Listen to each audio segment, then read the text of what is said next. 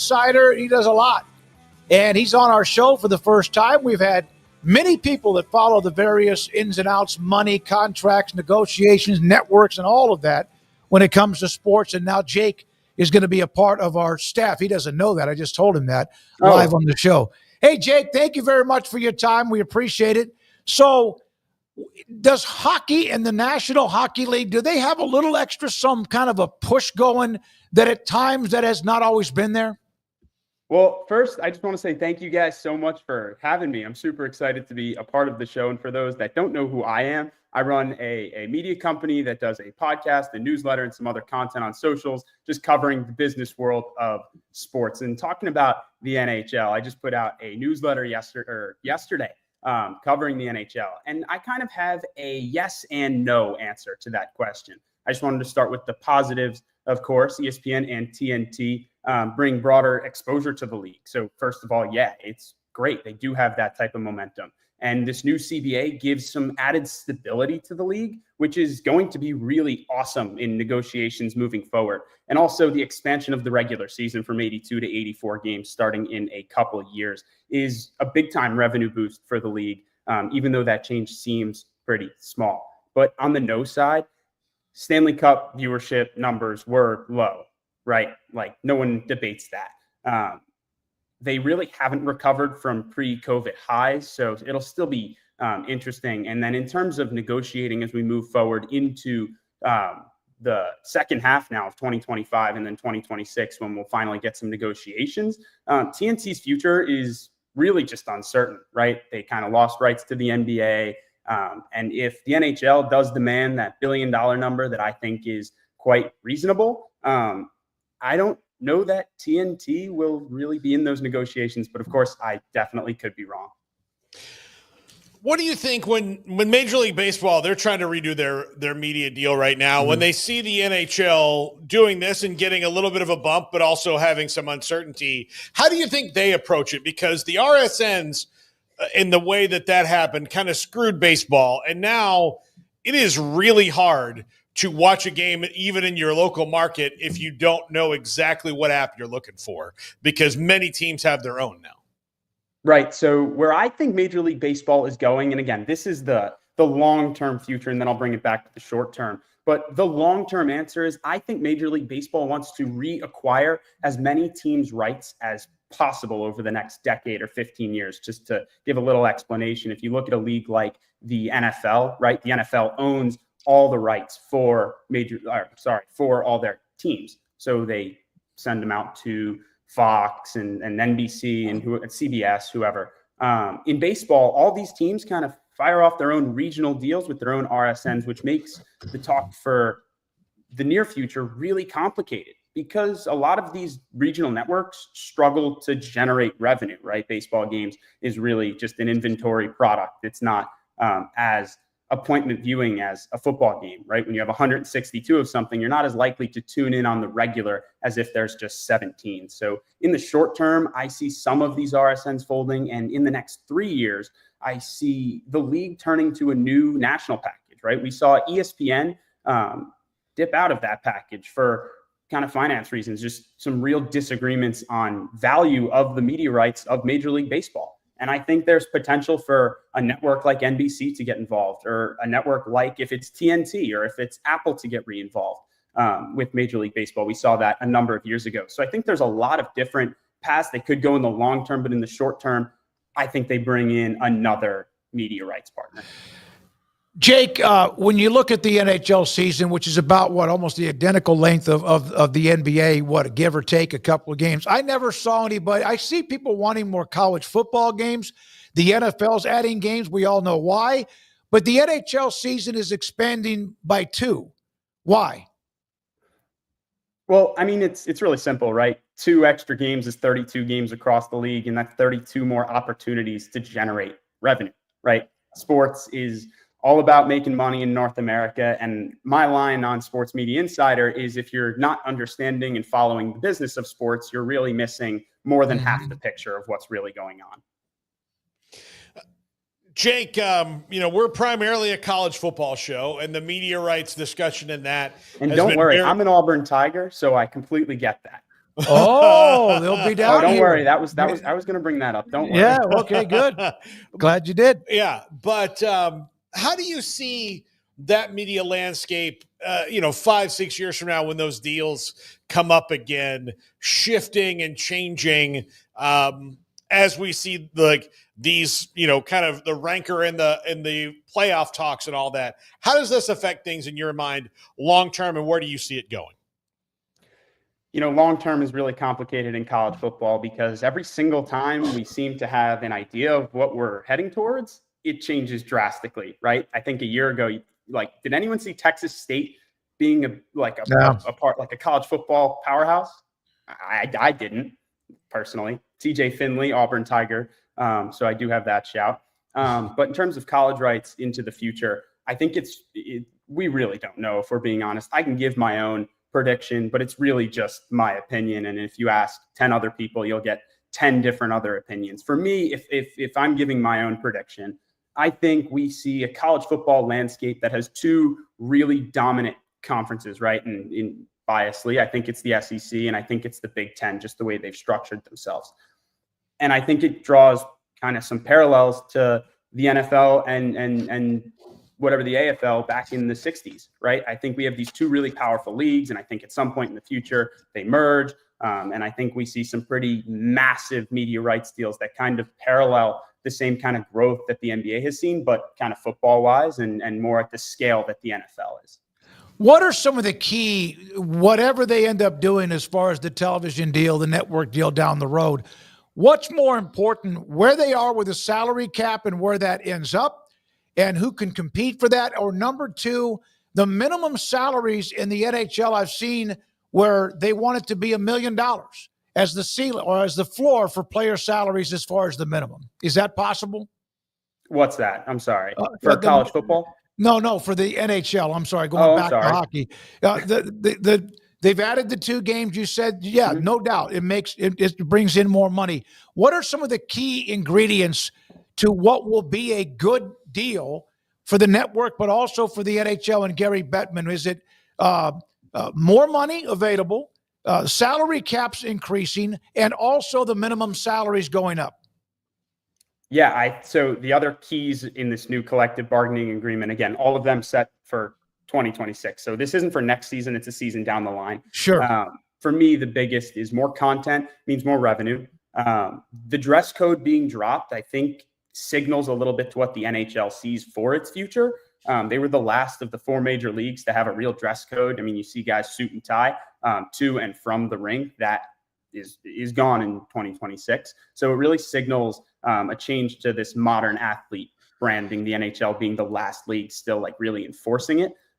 Net guards are a big one. That's been a conversation for a couple of years now. If you remember Adam Johnson, he passed away in 2023 playing in one of the English hockey leagues. So that'll be mandatory. And then for the big media picture, the shorter CBA gives the league a lot of flexibility. And it also gives, younger players a chance to get involved in the next round of negotiations, whether it's this class or last year's class, guys like Connor Bedard. I think that's awesome. And then obviously dollars, right? If they get that $1 billion a year, which would be up from, they get about $640 million.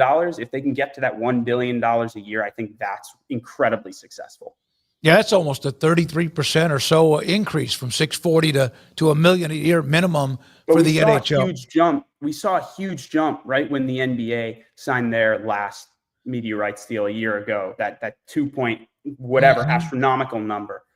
We've seen it happen. It's not unheard of, and I think it's only a matter of time before this league is valued at $1 billion, and it's just a matter of who gives that money. If it comes from a streamer, if it comes more traditional.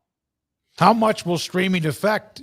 Because, my goodness, that's how the Pac-12 thought they were going to survive, Jake, back when Kleofkoff was saying, hey, we're going to get an X amount of millions a year per school. That didn't work out. But streaming is now a part of it. I mean, ESPN Plus, among others. How much will streaming feed into the NHL in the future? So when I'm talking about streamers, for me, I'm talking about companies like Apple or Amazon or YouTube, companies that have these incredibly deep pockets, right? Companies like Paramount, or like Fox, they only have certain amount, Turner, they only have certain amounts of money they're going to spend in their sports media budget. It just is the reality. But if you look at companies like Apple or Google or Amazon, they are going to spend ridiculous amounts of money to outbid these linear networks. They just have deeper pockets. They can spend more. It's like comparing the Yankees to the A's, right? It's two different ballparks, or Alabama to Texas State. It's just different. So yeah, streamers will definitely play a major role in the next round of negotiations, as they did for the NBA. Jake, the Olympic participation, how much of that is like people want to represent, and especially I think the NHL probably with their athletes, there's more pride in representing their country. I'm not saying more than maybe NBA players or baseball, but it seems like that's more natural because there's such a huge influx of players outside of the United States. They're from all sorts of countries, and most leagues are starting to be like that as well. How much access and how much of that does that play into the future of making sure they're able to represent their country if they can? Oh my God, we saw. I'm sure you guys. Did you guys watch the Four Nations face-off? Oh my God, it was yeah. Mm-hmm. That was probably some of the most electric hockey I've seen in my adult life. Keep in mind, I'm only 23, so didn't see Miracle on Ice, didn't see all those moments. But that was one of the coolest hockey games I've ever seen. Right, you got 3 fights in 19 seconds. It shows these guys love playing for their country. So it was kind of a showcase, an exhibition for a taste of what we're going to get in 2030 in Milan Cortina in northern Italy and France. And then there's language for them to even be included in 2034. Keep in mind, those games are in the United States, in Salt Lake City. So it's really a huge win for the league and for global fans, and honestly for marketing. And, we like money. So Jake Lazarus with us, Sports Media Insider with us on 365 Sports. Paul, you got one more? Yeah, Jake, I'm curious about what you think about the new, the NBA media that we're going to see next year. Michael Jordan on NBC and Inside the NBA coming to ESPN, which I think is they've got, in my opinion, a bit of a problem in that show is so much better than their show that Inside the NBA is going to run on some nights and their show is going to run on the others. And it's, instead of being able to just flip the channel and go to TNT when you want to watch Inside the NBA, they're kind of stuck and people won't really know what to do with that. Well, I think the big thing for ESPN, there kind of have been reports that have trickled out from producers. Again, I don't know if this is true or not, but I really hope it is, that ESPN producers will kind of do minimal work to Inside the NBA. We all love Shaq, Chuck, Ernie, and Kenny. They kind of make the show what it is. And if you touch any piece of that show, fans will notice and fans will riot. So I think the best thing ESPN could do is just let the show exist, just, eat the losses in terms of advertising dollars, because TNT runs fewer ads during pregame, halftime, and post for that show, because for that show, it takes so long for the humor to develop. And I still love watching it. It doesn't change it for me. But if you're a network, right, you want as much revenue opportunity as possible. Jake, I'm old enough to remember that, even back in the days of Bobby Hull, Bobby Orr, and Stan Mikita, et cetera.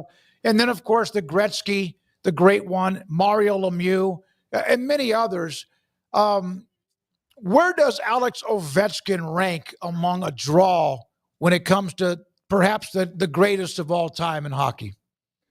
Oh, greatest of all time. I don't know. He's probably the greatest goal scorer of all time, but he's also done it forever. I think watching him raise the cup, what was that, in 2018, 2019, whatever year that was one of the coolest moments. It just felt so deserving. I love Alexander Ovechkin, and that's crazy coming from a Rangers fan.